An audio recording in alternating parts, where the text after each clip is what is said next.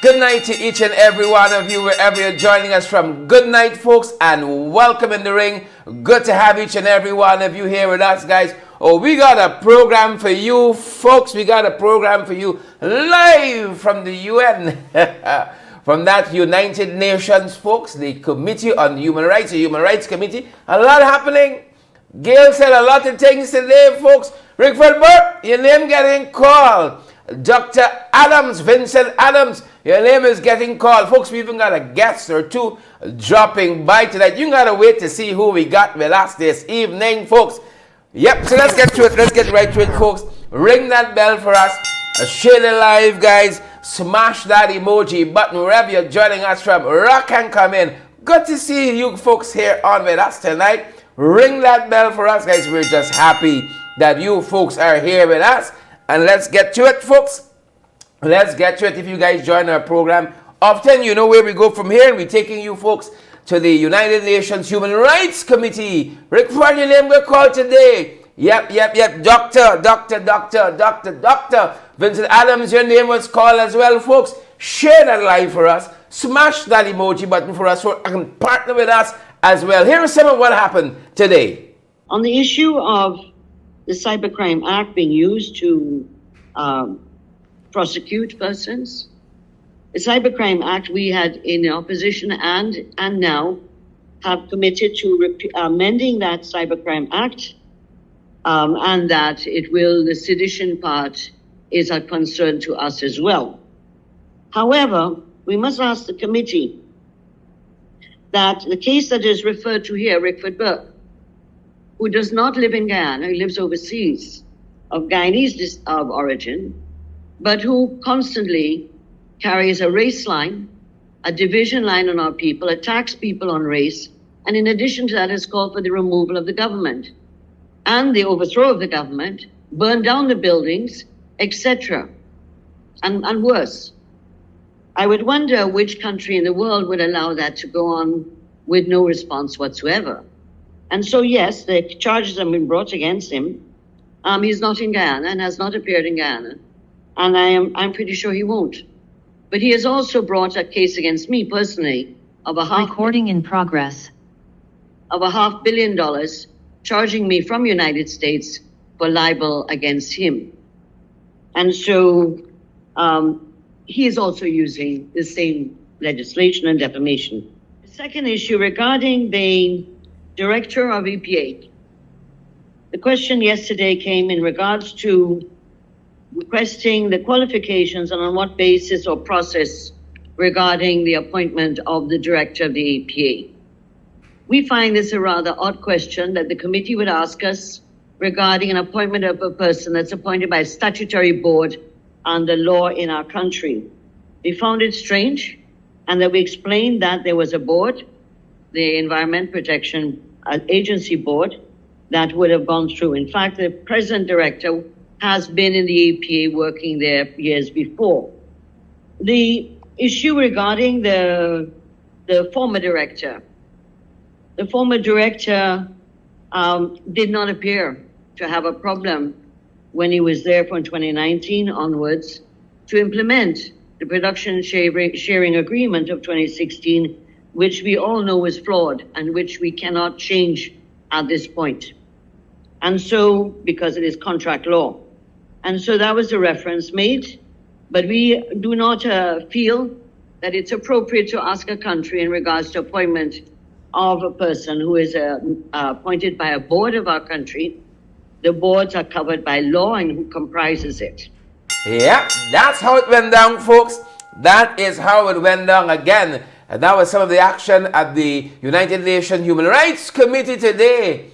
Yep, and I guess we're going to be talking about some of that, folks, and some of the things that were said yesterday, for instance. But good to have you folks on with us, guys. Good to have you folks on with us. Let's touch on a couple of things as we hear. Let's touch on a couple of things, folks, as we have your attention. Let's touch on a couple of things we're following from around the region this evening. Let's touch on a couple of those things, folks. First up, look what's happening in Haiti. They're telling us that they have a team in place that's going to select the next leader of Haiti. This happens through an election. But folks, that's when they tell us a team is in place, CARICOM says, and we're going to know quite shortly who is the next leader of Haiti. I don't know if we can see some white smoke or what happened. You know, when the Vatican chooses a new pontiff, what goes down there? But the gang violence, they're telling us, continues to increase in Haiti, folks. Look what else we're following this evening. Folks, in the 592. In the 592, look some of what we're following close to us, close to our end. Take a look. 8 lights missing. Of course, once you get in the 592, you all know how it goes. 8 lights missing from the Linden synthetic track, and this is in particular the track at Bayrock, Wismar. 8 lights missing, and the workers there are pleading for the return of those lights. Of course, you know they ain't gonna pay it out of pocket. They're gonna have to pay for it out of pocket. So they're pleading, please, folks. Can't go stealing stuff. We can't go stealing stuff. Return the lights, they're not yours. I'm not pleading with you. Just return the lights. They are not yours. We're following that, folks. I am speeding to get to our guest this evening. That's some of what we're following at that end, folks. Thieving out the lights. Turn attention to that, the Jagabats, the Jebusites, the Transcrapo, the poles, and the Crackers. Look some of what they're saying tonight. Look at some of that. Our judges being threatened with removal. Huh? Them boys now singing. Remember I told you all of that story there in Barbados? And the fact that they latched on to it so tight. They want to use that now to say, oh, you all don't do your judgments quickly. You don't write them quickly. Out you go. So we can bring in our boys. Friends, family, favorites, and flatterers. Didn't we tell y'all? Didn't we tell y'all? So they're threatening the judges now. Oh my God. Their appearance before this committee, Human Rights Committee of the UN, getting them bastard, and they're doing a whole bunch of foolishness. Watch them, folks. Watch them. Yep. And as we ran that yesterday, government's appearance before that very Human Rights Committee, Gail Teixeira said, you know, it's not for the government to decide whether it wants the death penalty or not. It's for the citizens. It's for the citizens. Now she operating as though we got some kind of democracy here. Y'all knows that so. We ain't got no democracy here. They don't know what they want and what they want. Citizens got nothing to do with it. That was said, folks, before the Human Rights Committee of the United Nations yesterday. And of course, you know, Jack, your name came up. Your name getting called, folks. Your name is getting called. Yep, corruption allegations. Corruption allegations. Now, if one run out today and saying but his opposition people make that happen. And so I thought we's nothing. I thought we's nobody. You got to pick a struggle, if one. You got to pick a struggle. You can't have it both ways. It's either be ineffectual. Look, make up your mind. What it is. What is it? We're watching it, folks. That's what they said. That is what they said. Yep, it's opposition fault. That's why Jack your name calling. It's opposition fault. That is why his name is calling. But you got more. I did tell you, folks, we have some guests tonight. Yep. Folks, we have with us this evening both Khemraj Ramjattan and we have with us also Dr. Vincent Adams, and the very issues that we cover here. We're going to touch on something else, folks, but some of these issues we're going to ventilate with them of the questions and answers of the Human Rights Committee here, the United Nations Human Rights Committee. A very, very, very interesting discussion of the past 3 days, and I'm happy to have first up with us, folks, Khemraj Ramjattan, leader of the Alliance for Change.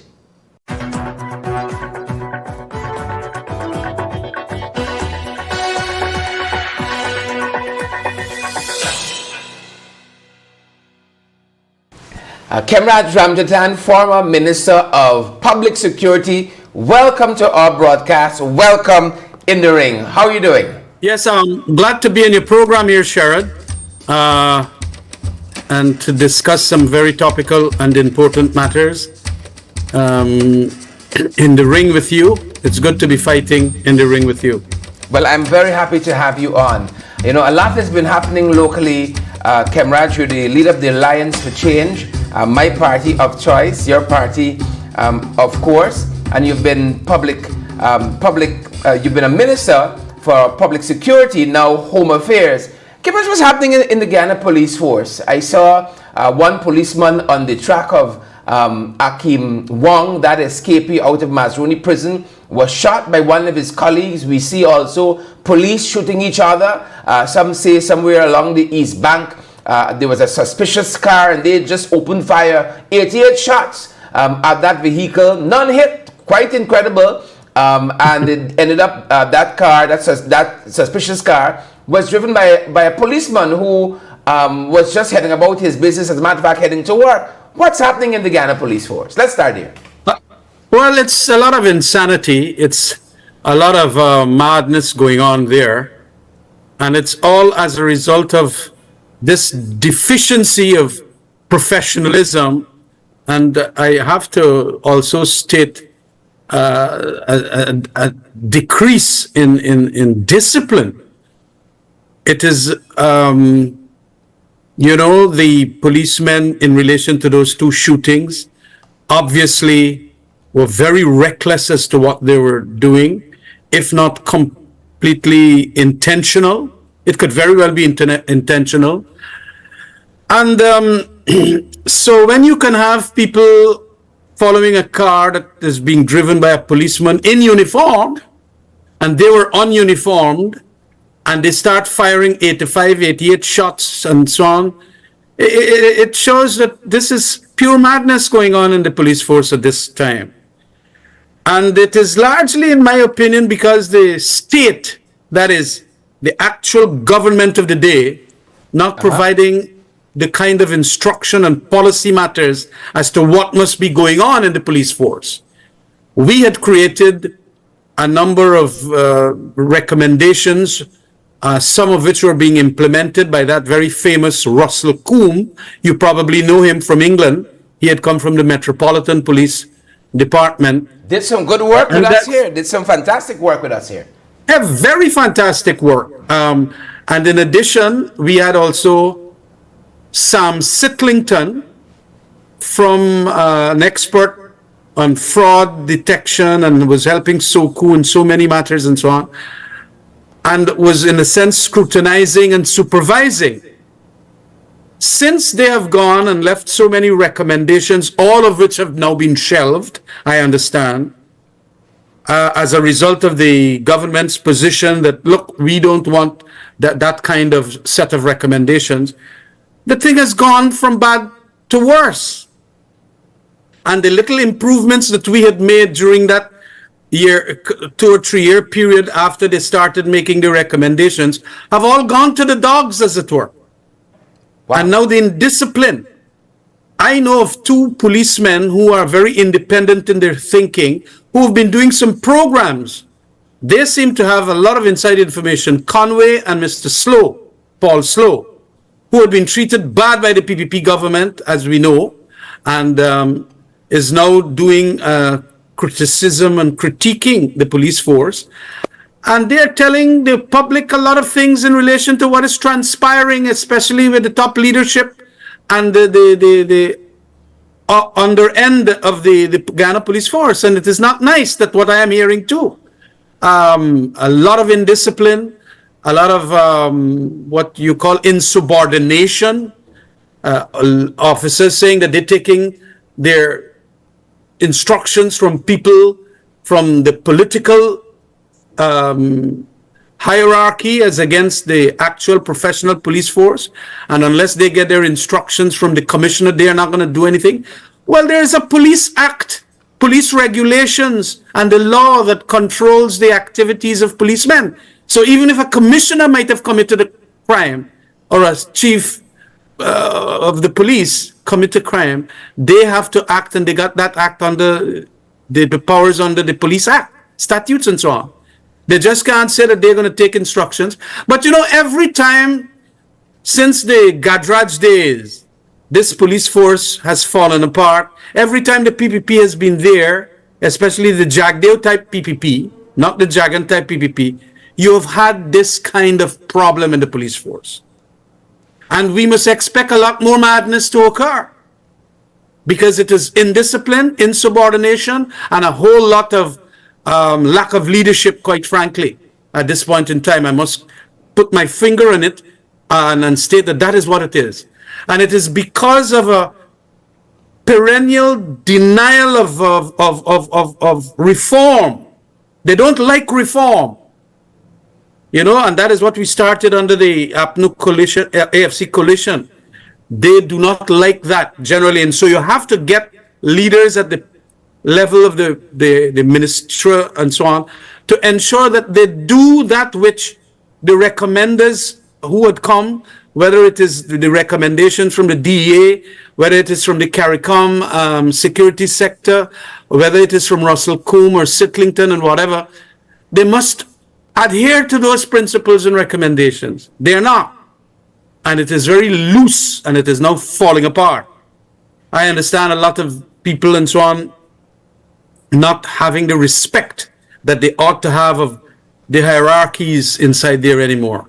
And it is a, real ramshackled system. It is getting very, very bad in our police force.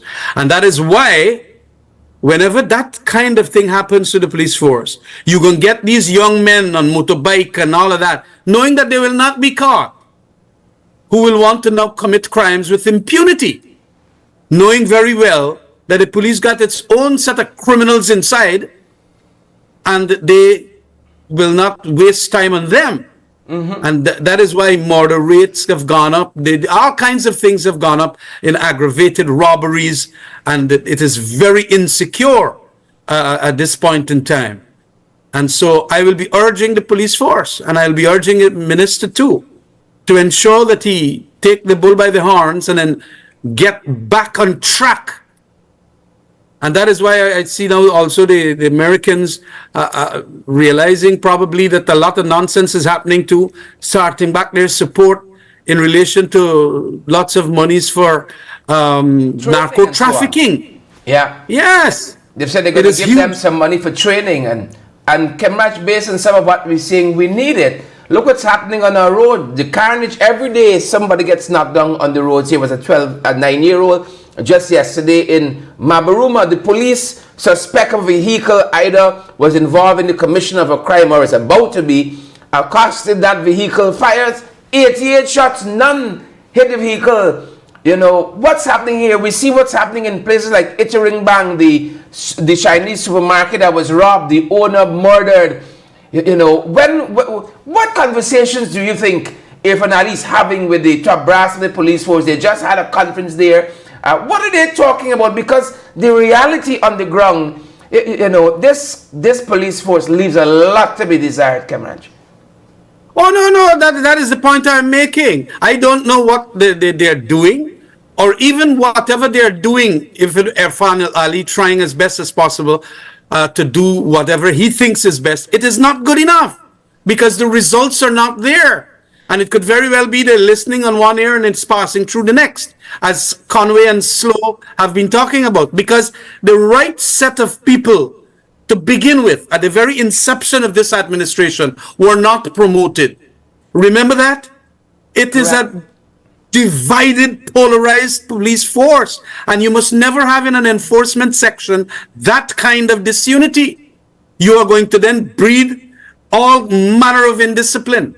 When you remember that when Paul Slow, as chairman of that police service commission, indicated certain promotions and so on, no, the PPP said absolutely no way. They went to court, they do all manner of things, and then they got their own to do whatever they're doing now, and this is what is happening.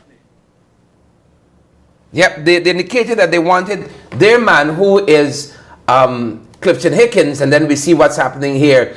Khemraj, the United Nations Human Rights Committee is meeting as we speak, and a number of issues, of course, the name of the committee says it's all. A number of issues raised locally. They talked about the prison system. They raised questions about the police force, the police complaints authority, corruption widely in our country. Before we turn to the substance of that, let's just talk about some of the form. Gail Teixeira, several members of this panel, of this committee, raised issue with her general demeanor and the way she wants to answer the committee. They said they asked for some specific information. They have not been forthcoming with that. And the man, and one of the panelists, one of the members of the committee, said very outright she dismissed some of the questions very out of hand, to use his words. Very, very abrasive. They're now getting a taste of what we suffer here with day in, day out, unfortunately. Khemraj? Well, let me tell you something. That kind of performance could only have been done by Gail Teixeira. As a matter of fact, she has been nurtured since the 1990s in dealing with these people. But there have been some changes in relation to how they do their work at the United Nations Human Rights Committee.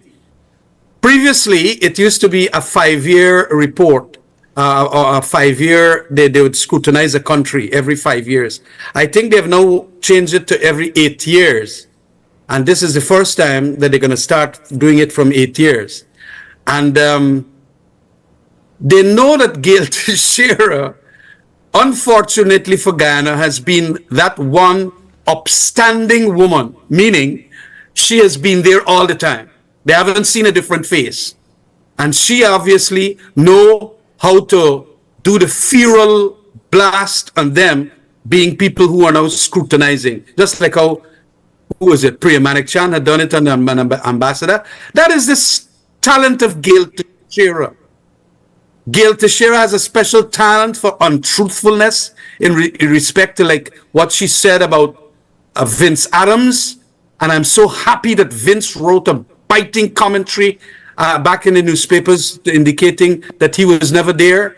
And now they're attacking the Public Procurement Commission, the previous one, stating that they were hiding and disappearing documents. Now, you know, doing it in that unfazed fashion, doing it with that kind of, and she's like a professional witness on the cross-examination. You would expect now this new monitoring team, and especially an American who knows his human rights law, Mr. what is his name? Hefner, whatever is his name. He got straight directly to her like the rest of the people, because they were not getting the answers that is supposed to be forthcoming from a state that has signed on to this convention called the International Covenant on Political and Civil Rights.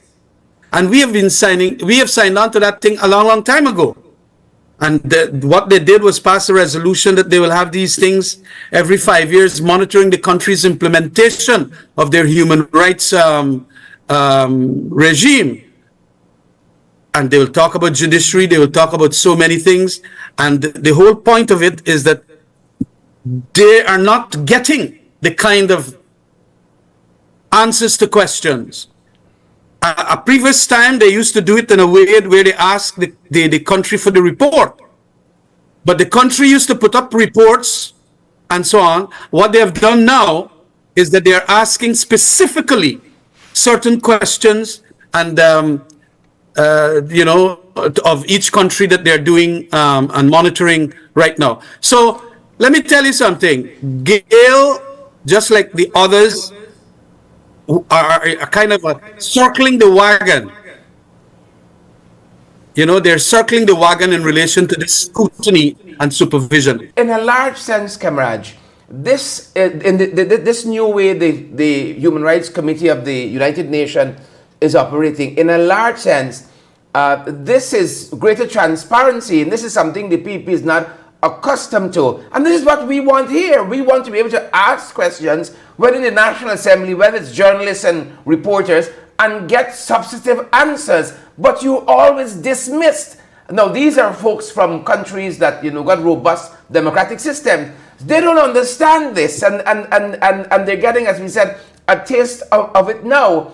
But the tragedy is, this is what we suffer here, and PP thinks this is democracy. Once you put the X on a piece of paper, you throw it in a box where it can be counted or otherwise. That is a democratic system. That is not democracy. It is a democracy has several pillars. I have been trying as best to explain that even in Parliament to the Speaker even. And it is, apart from free and fair elections, it is also transparency and accountability and the rule of law. The other three very important pillars. For the PPP, all they want is that relation to the ballot box. In relation to monies from the Treasury, they feel that they could raid that with no accountabilities. In relation to governance issues, they could do as they want and they could answer as they want. But you know, having signed on to this treaty, International Covenant of Civil and Political Rights, they now will suffer the scrutiny, and the people are going to ask questions and also be banging on them because some of the questions were not answered, but they want them in within 48 hours to answer the questions, even if it's written responses, and they have to do it. Otherwise, a very bad report will be there for the next 8 years, and then they'll have to come back.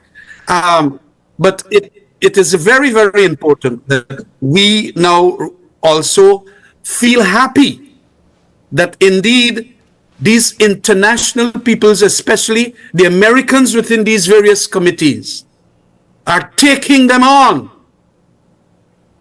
There is a purpose why they get vexed, because right now I'm seeing an article already. Ali is calling out Lawrence Helfer is the name of the man, with reference to the allegation of corruption against his president, that is Well, I'm Mr. coming there. Barjagdi. Go right ahead, because that is a big issue. The Barjagdi, of course, as you mentioned there, Khemraj, came up for scrutiny. And why is it that no investigation was done based on the Sumatra, and all that we saw, these interviews and meetings, investment meetings in living rooms and darkened rooms and back alleys and so on. This is strange, in a sense, in terms of the way a government would go about doing business. And no government worth its salt, especially coming before the Human Rights Commission there, or any committee of the United Nations, could escape scrutiny on such issues. What did they expect? And they suffered this when they had things happening like with the Khemraj issue. I remember that. Even prior to the Khemraj issue, there were other governance issues where the Americans had taken away a lot of their visas and all of that. So they know that whatever, but they don't care. There is absolutely no compassion in how they govern anymore. And they don't care at all because they feel that they are completely in charge. They got the enforcement institutions and the power hierarchies supporting them. So they'll do anything that they want in this country. And that is what goes exactly into the autocratic, authoritarian method. Executive lawlessness, it's called.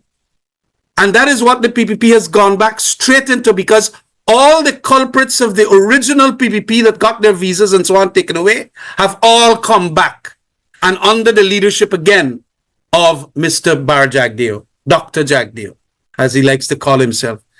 But again, also Gail Teixeira is there, and they feel that they could put up that professional witness to say the things that she did say yesterday, today, and so on, and they will get off. What this thing has done too is that it has put a lot of Guyanese to watch the program.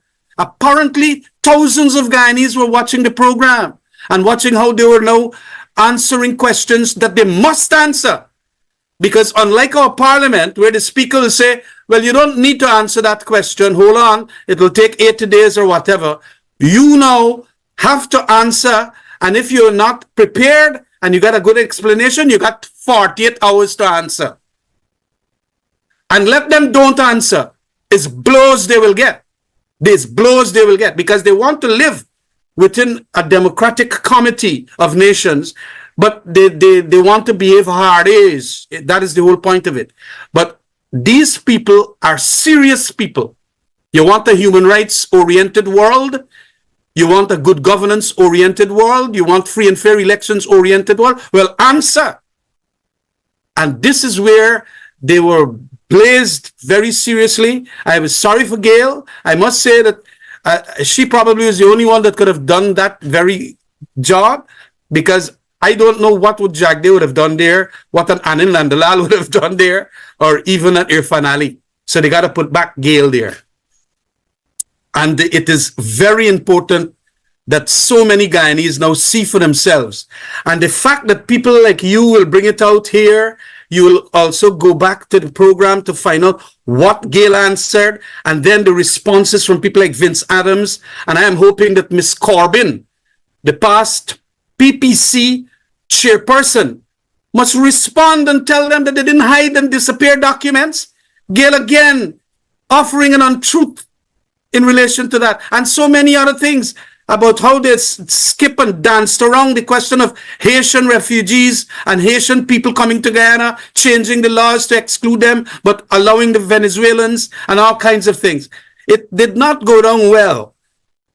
And I am happy that the scrutiny will be seen. Those fellows behave like that girl from the Vice News was cross-examining her, and they were not prepared to give the answers because they wanted to tell lies.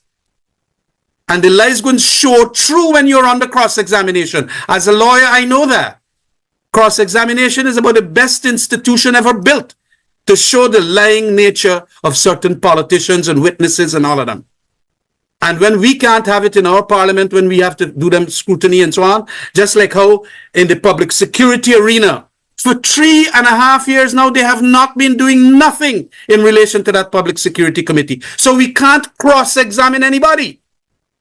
No, they put one person, Gail Teixeira, to answer all these questions. But there are thousands of other questions on the minutiae of each of these institutions that have to be answered.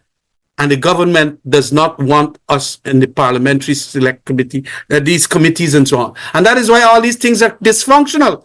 Gail Teixeira today was trying to say, well, our constitution provides for this commission and for that committee and this commission. But they are not operational and functional. As a matter of fact, very many of them are dysfunctional. Just like the police service commission. I mean, you had one that appointed so many good policemen, then another one that come and countermanded that. And are we surprised about what we have in the police force now?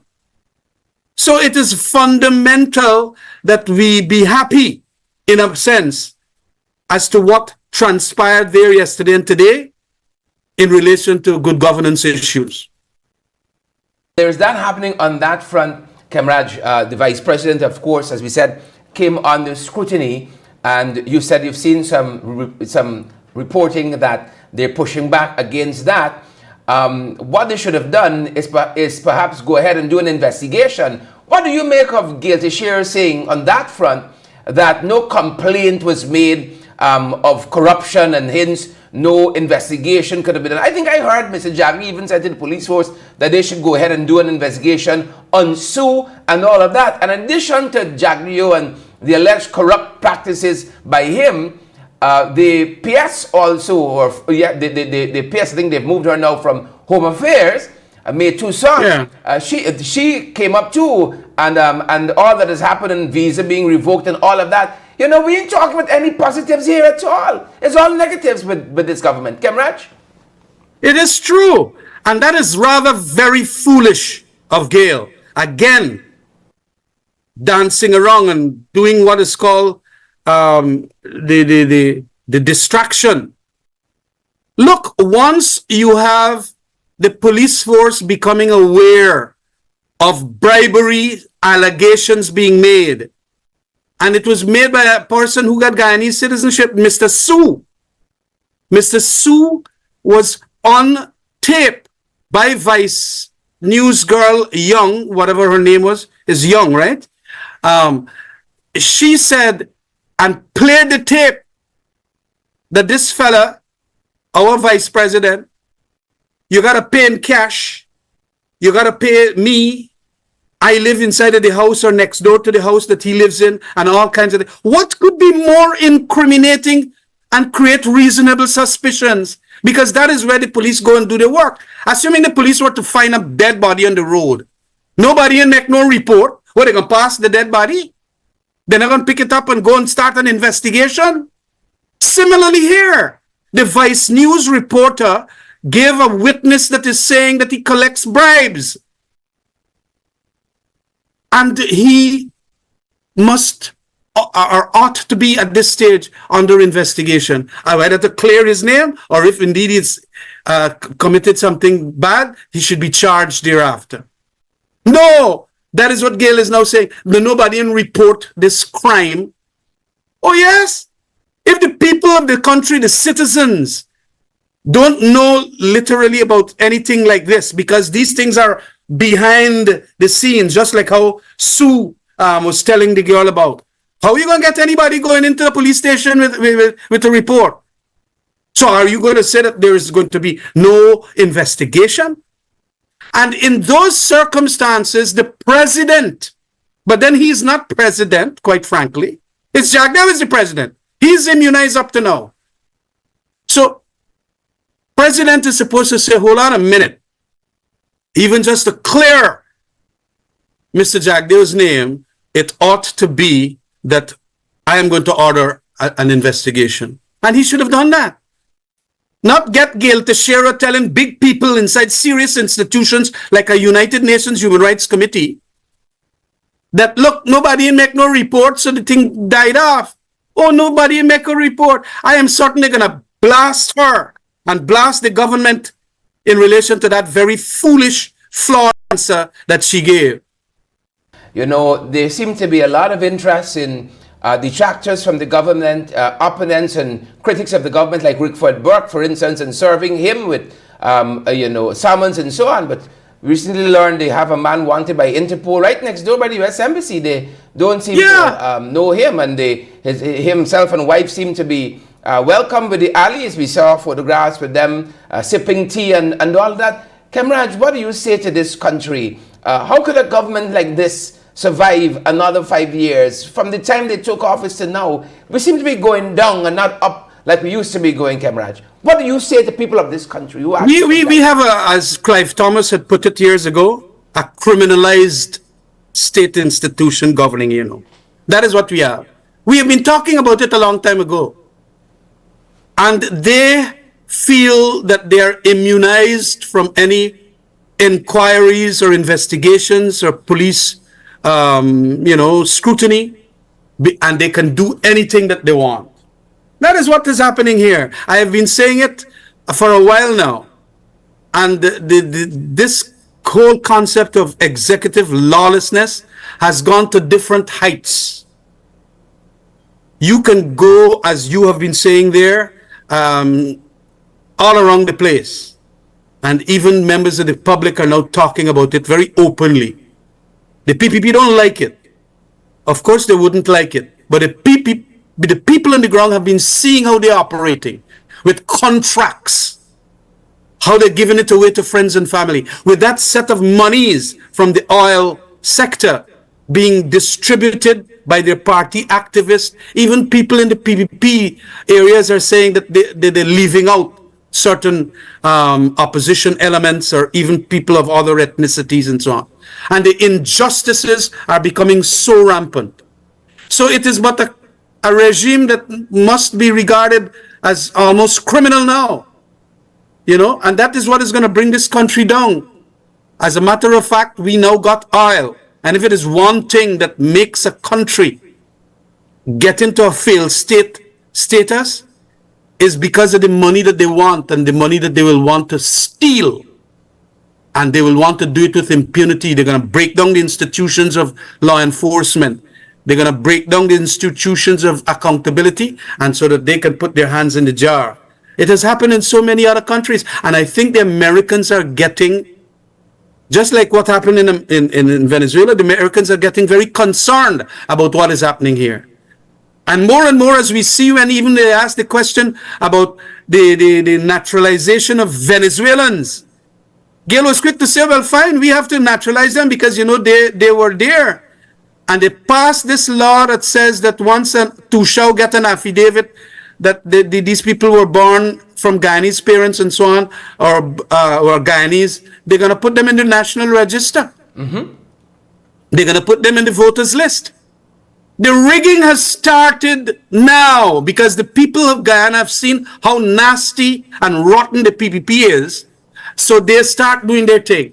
And we are being distracted, yes. We are being distracted. But when the people start asking those questions of Gail there today, I was very happy indeed that the questions were asked, because we now know that there are about 40,000 Venezuelans here. If they naturalize all of them, you expect that in Region 1, Region 7, Region 8, they will win those parliamentary seats, and that is what the rigging will be all about.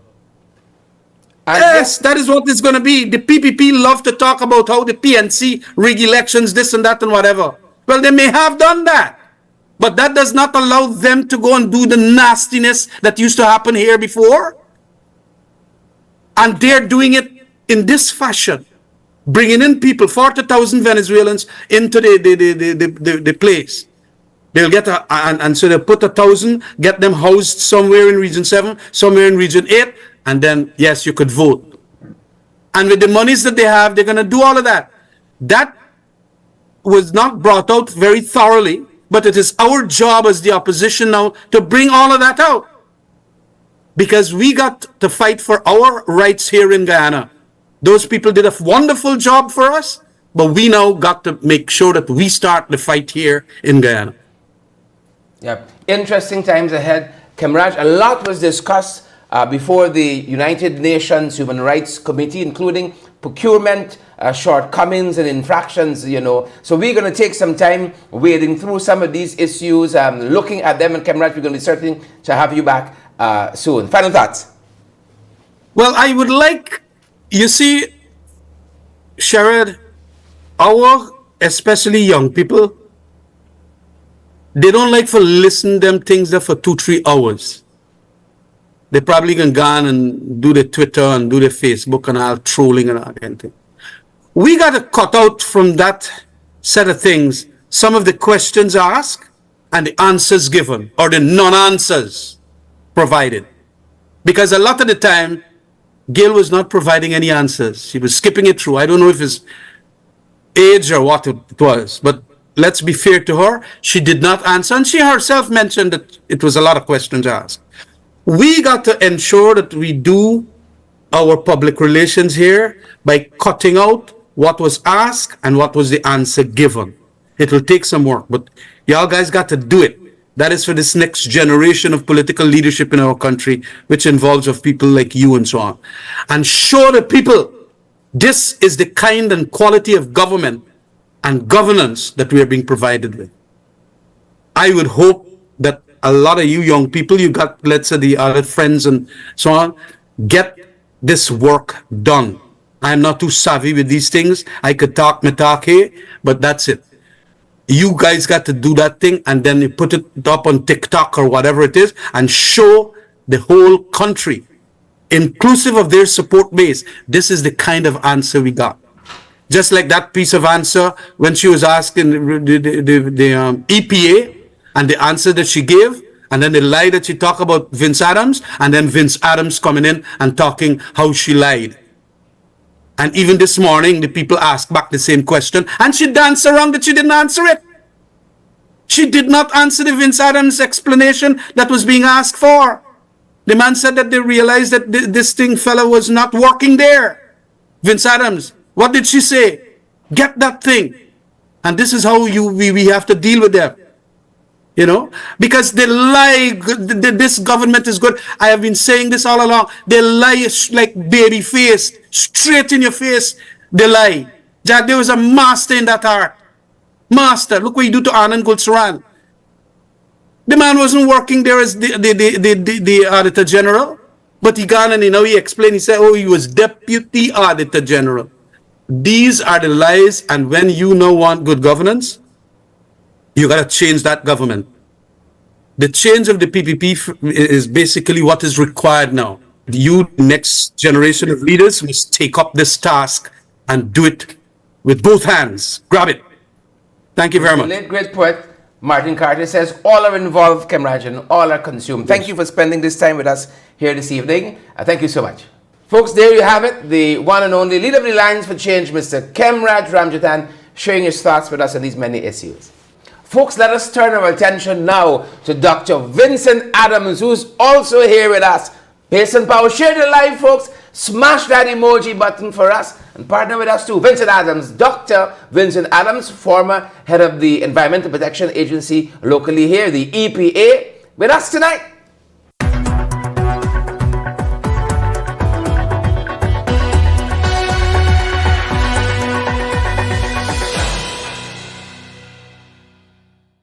Dr. Vincent Adams, welcome to our broadcast. It's good to have you on such short notice. You know, you seem to be the man of the moment. Every press conference coming out of the Vice President of this country, Barjaglio, your name is always mentioned, your name getting called. even before this recent sitting of the United Nations Human Rights Committee, your name was called yet again. But you yourself appeared before this committee, I believe sometime last week. Talk to us a little bit about that. Yeah, Sharon.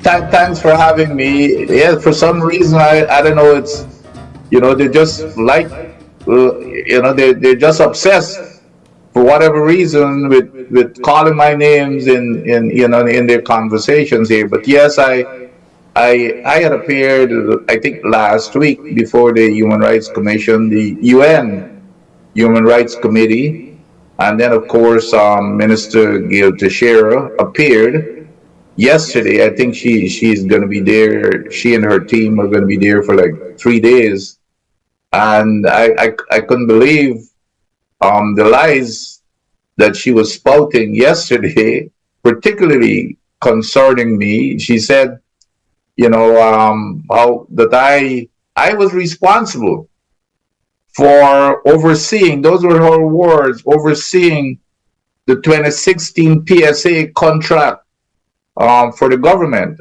and also responsible for hiding some sort of $18 million signing bonus from the people. Well, the facts are, Sharon, I was in 2016, I was still working for the United States government. As you know, I was working, at the highest rank of the civilians, as a senior executive service employee, which is the core, which is the highest ranking, comprised of the highest ranking civilians of the United States government. And I was within the Department of Energy. But most importantly and most troubling was that I enjoyed the privilege of having the highest national security clearance. And for this lady to be coming here and lying about me working for another government, which could be, I could be branded as being treasonous or unpatriotic to the United States government, because I was not allowed, we are not allowed to do that with that type of national security clearance and the position that I had. So yes, she just blatantly lied. I mean, the contract was signed in 2016, like I said, I think June of 2016. I retired in December 31st of 2016, and never worked for the government of Guyana until the 1st of October of 2018. So that's a full 2 years and 3 months after I retired after the contract was signed. And when I came back to Guyana and starting in that position as head of the Environmental Protection Agency. And furthermore, is this woman this ignorant also that she doesn't know that even if in my position at the EPA has absolutely nothing to do with the contract. The EPA just implements the environmental aspect of the contract, but has nothing to do with the development of that contract or the crafting of the contract or signing of the contract. So I don't know, she must be losing it or something. So I can't see how somebody just out of clear blue skies would go before such a commission, by the way. And I hope she didn't take an oath of office, because an oath for her testimony, because this here would be clear perjury. But I can't see how somebody can just go before such a commission of such high standing and just make up stuff in front of the commission and perjure herself, if you will. So yeah, so that's the story there, Sherrod. She just flat out lied. But it seems as if, it seems as if this is just the modus operandi of this government or the party. Just as if as soon as you become a PPP official, you get injected with some kind of a serum or something. Because the vice president does the same exact thing. As a matter of fact, the vice president, I noticed he stopped doing it these days, but the vice president used to sing a tune all the time that I sang the worst environmental permit for the Lisa 1 permit. I mean, this guy used to repeat it that I signed the worst environmental permit, which was the Lisa 1 permit ever. And guess what? That permit was also signed in 2017, I think around May of 2017, that I was nowhere wrong. Like I said, I joined the EPA 18 months after that permit was signed. I joined in October 1 of 2018. So I don't know where these guys, why are they making up these types of stories. I know here comes Gail Teixeira, with her big fat lie. So that's it, Sherrod, in a nutshell. In addition to that, Dr. Adams, as I said, the appearance was made quite recently by Gail Teixeira before this committee, and a whole host of lies, Where you got to be made of real stuff to go before a UN commission like this and not even bothered with what people back home are going to think. And with a committee that says that they're in touch with the facts. They said we have cross-checked, we have checked, and we know that the questions that we have here, there's veracity to it. What do you have to say? And they just continue to lie. Dr. Adams? You see, it's the culture of these folks. You see, in Guyana, they can get away with this sort of thing, because after a while, the folks in Guyana, we become numb to their lies. And, we just go about our business, not bothering anymore. But this here is a high-powered organization, as we know. And these folks are highly competent people, and they do their homework. So before she walked in there, they had all the facts already. And she got up there, but she apparently, she probably forgot where she was. She probably thought that she was sitting in Parliament or someplace in Guyana. And she was talking to the Guyanese people and could just get away with it. But she was before this high-powered commission, a United Nations committee, and she just got up there and like I said, forgot where she was and lied before this committee. And the thing is, I don't think it's just like if they don't care anymore, Cheryl. They do not care because they're not being held accountable. And hopefully, the Guyanese people are going to see that this is a government you cannot trust. Why would you want a government that day after day just keep lying to you? You need a government that can trust that because they're the ones who have the information, and you need a government. That's what leadership is all about. You've got to trust them that they're doing the right thing for you, and you know what they're doing. They're going to be transparent to let you know what they're doing because it affects every single Guyanese. But they don't care, and I don't think they recognize the consequences of going before this committee and just flat out lying. She believed that she was probably in Guyana, like I said, before Parliament, and there will be no consequences. Now, I don't pretend to know what the consequences might be, but I can guarantee you it's not going to be good in the eyes of this committee and in the eyes of the UN and in the eyes of the international community. A lot was said yesterday on this very matter before the UN Commission, the UN Committee on Human Rights, the Human Rights Committee there. Dr. Adams, one of the things they brought up, one of the representatives there saying that he hopes that the oil wealth is being used inclusively to the benefit of all Guyanese. Do you think there's veracity in that question, that assertion there by that gentleman from the UN Human Rights Committee? Without question, these questions that they ask, it's not something that just came off the top of their heads. Again, they've done their homework, and any blind person or any person with any sense of common sense and unbiased would see that is definitely not the case, Sherrod. this we can see where the wealth is going. The wealth is going towards that less than 1% of the population. You know, a good example is in this budget that is still highly controversial. When you take 58%, Sherrod, 58% of your budget and put it into infrastructure, it's just, you know, it's insane. It is definitely, it is insane.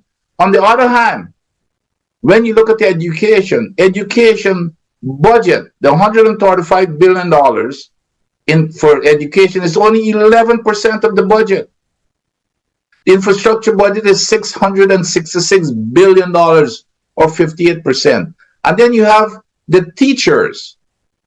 You have the teachers having to walk the streets to try to get a salary, to make a, you know, right now they're working for, to me, it's less than minimum wage if you relate it to what is required to live in Guyana.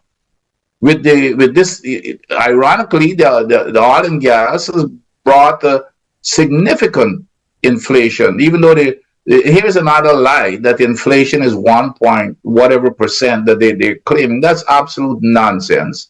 You know, you tell that to the folks, the folks who've got to go to the market and see that a slice of pumpkin is what, $1,000, or a pound of tomato is $1,200. You can't even buy basic food for you and your kids to eat, not to mention house rent and transportation. So we have in Guyana right now, with all of the oil well, the richest country on the planet, all of the oil well, 4 to 5%, close to 50% of the population of Guyana live on $5 US per day. This is in Guyana. You go back to the teachers, Sherrod. We have the lowest paid teachers in the entire Caribbean. Trinidad, the average salary of a teacher, Sharon, the average salary of a teacher, and I run the numbers, the average salary of a teacher is $180,000 before taxes, by the way, $180,000 a month. Do you know what is which equates to about $850 US per month? Trinidad, average teacher salary is $1,500 US per month. Grenada, little Grenada without any oil, their salary is, I think, $1,900 US per month, over 2.5 times. And one of the Virgin Islands is $2,700 US per month. You look at the Antigua, doesn't produce any oil. I think Antigua is like $1,100 US per month. So we are even though we're the richest country, we are paying our teachers the lowest salary by far. And even though and this government, they've got things turned upside down. And I can tell you, Sherrod, what we discovered after the world economic crisis, there was, the old paradigm was infrastructure. You build it and they come. That's no longer the case. We were, we were taught that when I worked for the U.S. government. We went to Harvard. There was a special program at MIT Sloan Business School for all the executives in the government where I worked with us, and all the executives, all the major executives in major U.S. companies such as Exxon, and we had to go there like 2 weeks every 6 months, and the whole objective of those sessions was to figure out how to keep America competitive in that crisis and beyond. And we studied what it takes for development of a country and what attracts investors to a country. And lo and behold, you know what it was, Sherrod? Education, education, education. There wasn't any doubt about it. Infrastructure was not even number two. Infrastructure was to follow the rule. I mean, the number two was follow the rule of law. And the reason behind that, if you've got a disciplined workforce, you've got a workforce that follows the rule of law, besides the security part and people feeling safe, if you've got a disciplined workforce, they're going to come to work on time, and they're going to take ownership of their work. They're going to follow the rules, and your company is going to be efficient. So infrastructure is number three, but they've got it turned upside down. And there's only one reason, Sharon, why they've got 58%. That means for every $100, $58 is being spent on infrastructure. And the reason is because the folks who get the infrastructure money are their friends and families and favorites. Look at who are the contractors who build all the roads and all the buildings and shore bases, and who are those people? Look at where those people belong, and who are, it's associates and friends and families of the PPP. I mean, I don't think there's any question about that, and that's the only reason why that money goes into infrastructure. While at the same time, teachers are struggling. They've got to go into the street to get a livable wage, when they're the ones, when it's education that is the foundation of the development of any country. And like I told you before, that's a fact. But these guys, like I said, they've got it upside down. Correct. And I hope that the teachers strike will not, whatever. I hope that there's a good outcome in favor of the teacher. Here's the other thing, Sherrod. Like I told you, I ran the numbers. Huh? Tell us. Yeah, I ran the numbers. All it would take, even 50% raise for a teacher is still very, very minimal. And you remember, Sherrod, that the vice president, the spokesperson for this government, the guy who runs the government and the country, the spokesperson, Mr. Jagdeo, Vice President Jagdeo, he was ranting and raving in Parliament for a 50% raise for the teachers. The president also in Parliament. You are parliamentary, so you know the facts. When they were in opposition, they were making a whole lot of noise, hitting the roof to say that the teachers ought to get 50% increase. So let's take that as a minimum. As far as I'm concerned, the minimum should be doubling the teacher's salary for them to make a decent wage, especially when you've got ministers such as Priya Manichan, based on a report, who's making $1.8 million a month, 10 times the average salary of a teacher. And she doesn't have any worries. Her kids go to private school like all the other ministers, so they don't have any problems. They don't care about any, the other kids. But going back to the numbers, if you take, Sherrod, you remember I told you about all this money that goes into infrastructure, just for that 50% pay raise, if you take 2%, just a minuscule 2% of that infrastructure budget, that can pay for a 50% raise for those 13,500 teachers. 2% of that 666 billion works out to be for about $14 billion. That's all it is. Which means that even if you take out $14 billion out of this just massive amount of infrastructure, excessive infrastructure money, infrastructure will still have $652 billion and 56% of the budget.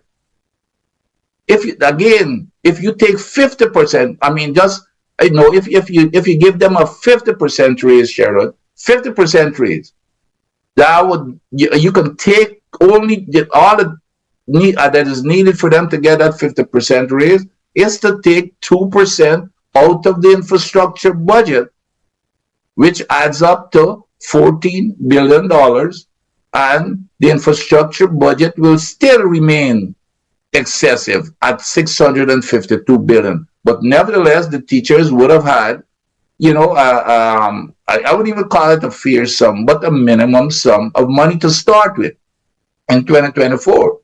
And now, so those are the numbers, those are the facts. And on top of that, now, the teachers decided to negotiate in good faith. Because they're more interested in making sure that the kids do not lose any time in their studies and in their education. So they went back to work in good faith, hoping that the other side, which mean the government, would also behave in good faith. And now we know what had happened.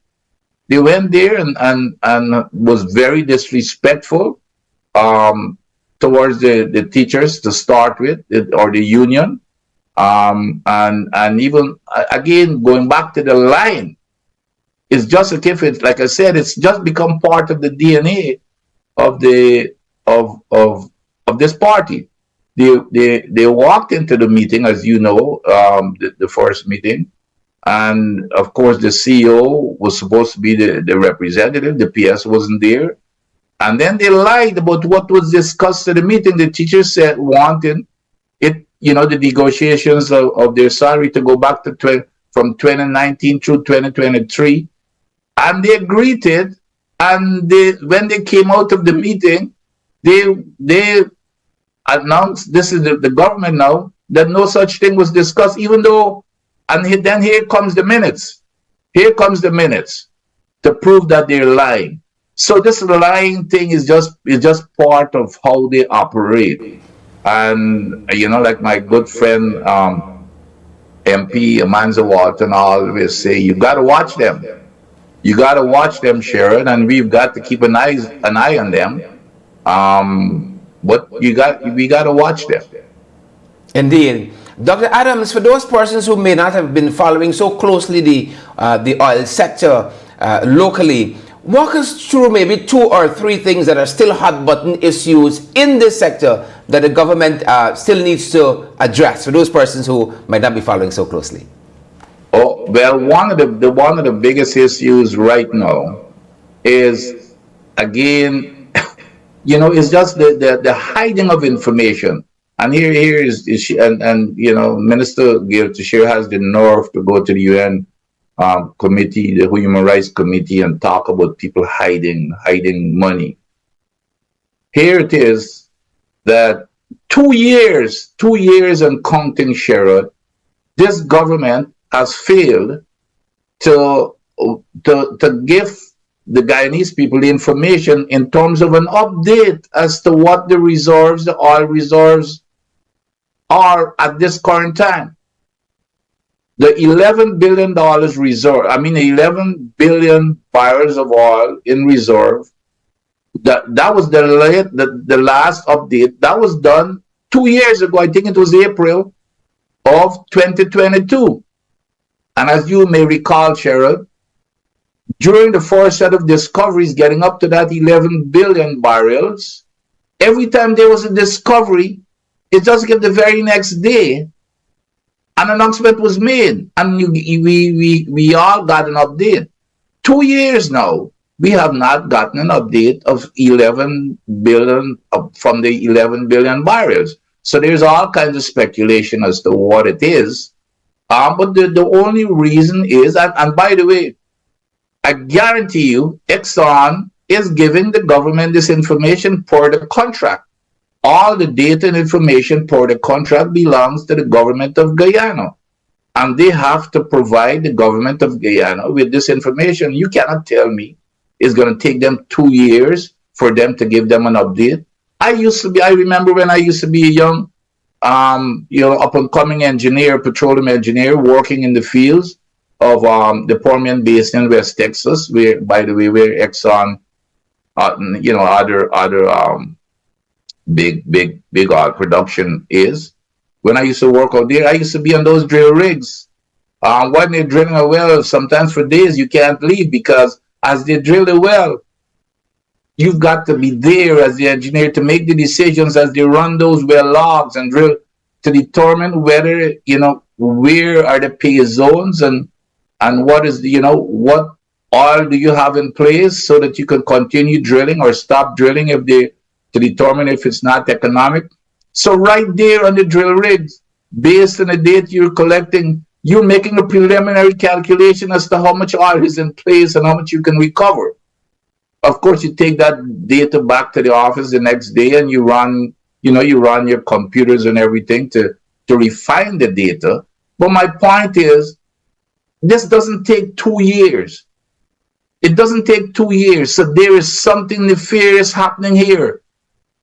And then you've got the president of whatever position. I think it was Mr. Rutledge. Mr. Rutledge, the country manager. The country manager, this guy from day one that he arrived, this guy he takes his eyes and passes the guy and his people. And I could, just make a list of things that he has said that is very, very disrespectful. The guy has no respect for us, and I think he still believes that we were under colonialism and colonized by Exxon. I really, that's the way that he behaves. That's how some they would like to have it. Yes, absolutely. But he behaves.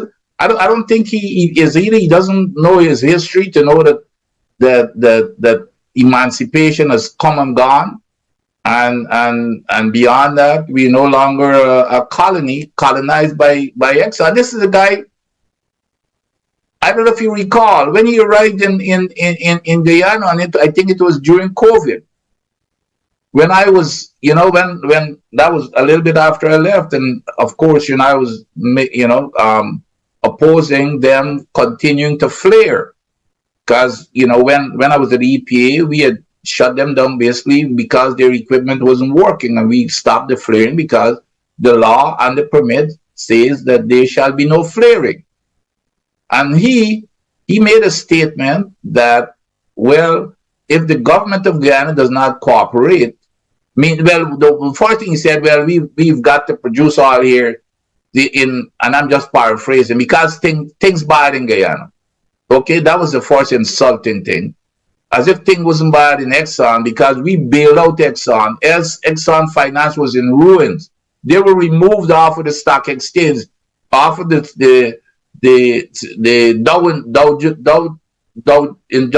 Dow Jones Industrial Average, which was the top 30 companies. They were removed, and so they were in serious financial difficulties. Guyana bailed them out, and this guy had the audacity to be saying that things basically bad in Guyana, and so they need to continue to produce and also flare. Well, of course we know what happened, in the courts with the environmental permit.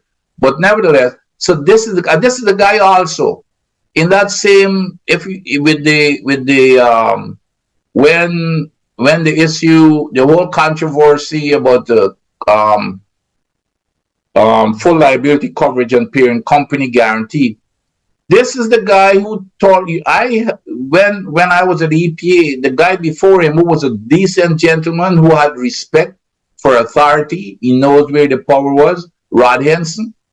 Rod was the one who agreed to the parent company guarantee that was put into the permit and into the law, Rod Henson. And when Rod left, this guy came in. He was the guy who worked with the government. When I left of the government, he worked with the new government to attempt to throw that out. That is how we went to court. It was because of Rutledge that we went to court.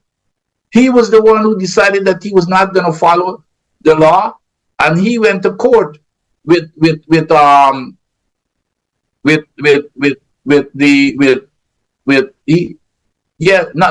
go to court. The two citizens, of course, went to court, and of course we know the overwhelming decision by Judge Kissoon, in the favor of the two litigants, the two patriotic Guyanese litigants.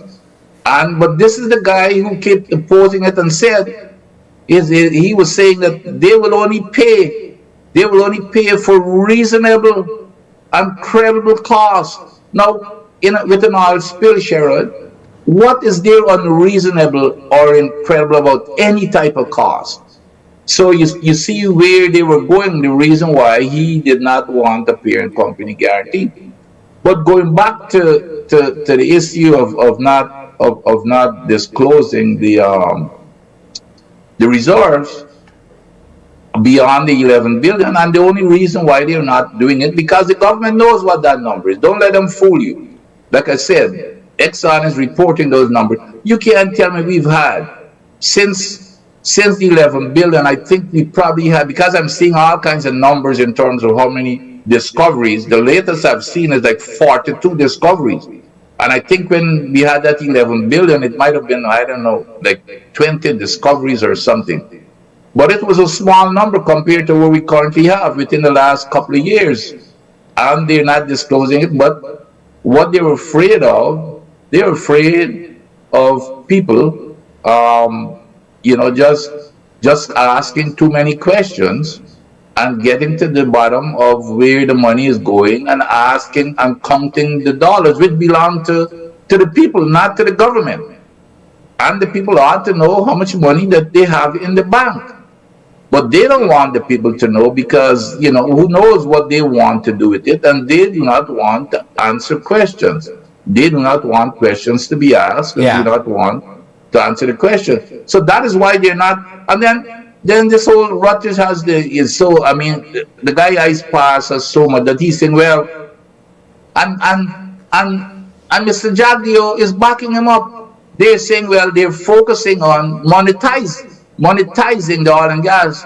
Hell, first of all, you cannot monetize what you don't have. So to say that they're focusing on monetization, it's nonsense. And the second thing is, it's not one set of people who do both monetization and production. They're two different departments. I'm sure there's a vice president for monetization or finance, and then there's a vice president for production. So you can't tell me where we're focusing here or focusing there. They're two different organizations that work in parallel. So, so that's where we are. Yeah.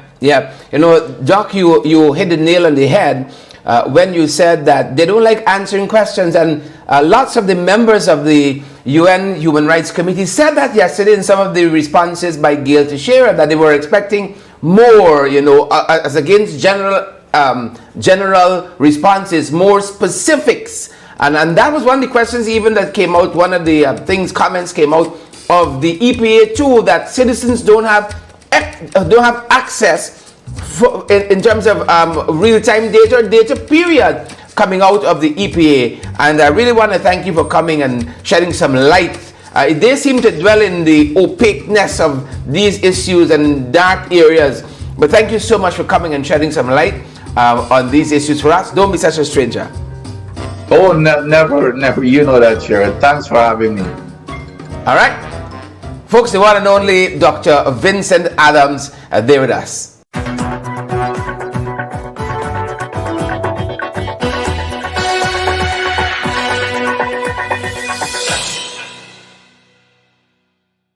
And that's going to do it for us at this end, folks. Thanks for joining our broadcast.